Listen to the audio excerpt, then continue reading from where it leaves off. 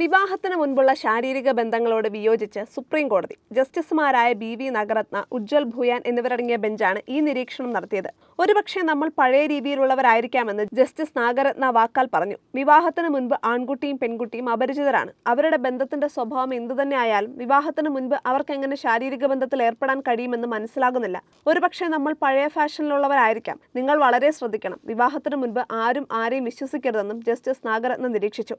വിവാഹ വാഗ്ദാനം നൽകി ബലാത്സംഗം ചെയ്തതായി ആരോപിക്കപ്പെടുന്നയാളുടെ ജാമ്യാപേക്ഷ പരിഗണിക്കവെയാണ് വിവാഹപൂർവ്വ ബന്ധങ്ങളെക്കുറിച്ച് രണ്ടംഗ ബെഞ്ച് ശക്തമായ വാക്കാലുള്ള പരാമർശങ്ങൾ നടത്തിയത്. വിവാഹം കഴിക്കുമെന്ന് ഉറപ്പു നൽകി ഡൽഹിയിലും ദുബായിലും വെച്ച് പലതവണ ശാരീരിക ബന്ധത്തിൽ ഏർപ്പെട്ടതായി പ്രോസിക്യൂഷൻ ആരോപിച്ചു. വിവാഹിതനാണെങ്കിലും പിന്നീട് മറ്റൊരു സ്ത്രീയെ 2024 ജനുവരിയിൽ പഞ്ചാബിൽ വെച്ച് പ്രതി വിവാഹം കഴിച്ചതായി പ്രോസിക്യൂഷൻ പറയുന്നു. എന്നിട്ട് 30 വയസ്സുള്ള മൂന്നാമതൊരു സ്ത്രീയെ വിവാഹം കഴിക്കുമെന്ന് ഉറപ്പു നൽകി ശാരീരിക ബന്ധത്തിലേക്ക് ആകർഷിച്ചുവെന്നാണ് കുറ്റാരോപണം. 2022 ഒരു മാട്രിമോണിയൽ വെബ്സൈറ്റിൽ കണ്ടുമുട്ടിയെന്നും വിവാഹ വാഗ്ദാനം നൽകി ഡൽഹിയിലും ദുബായിലും പ്രതി പലതവണ ശാരീരിക ബന്ധം നടത്തിയെന്നും ഹർജിക്കാരി പറയുന്നു. സ്ത്രീയുടെ സമ്മതമില്ലാതെ ലൈംഗിക ബന്ധത്തിന്റെ വീഡിയോകൾ റെക്കോർഡ് ചെയ്തിട്ടുണ്ടെന്നും എതിർത്താൽ അവ പ്രചരിപ്പിക്കുമെന്ന് ഭീഷണിപ്പെടുത്തിയതായും പ്രോസിക്യൂഷൻ വാദിച്ചു.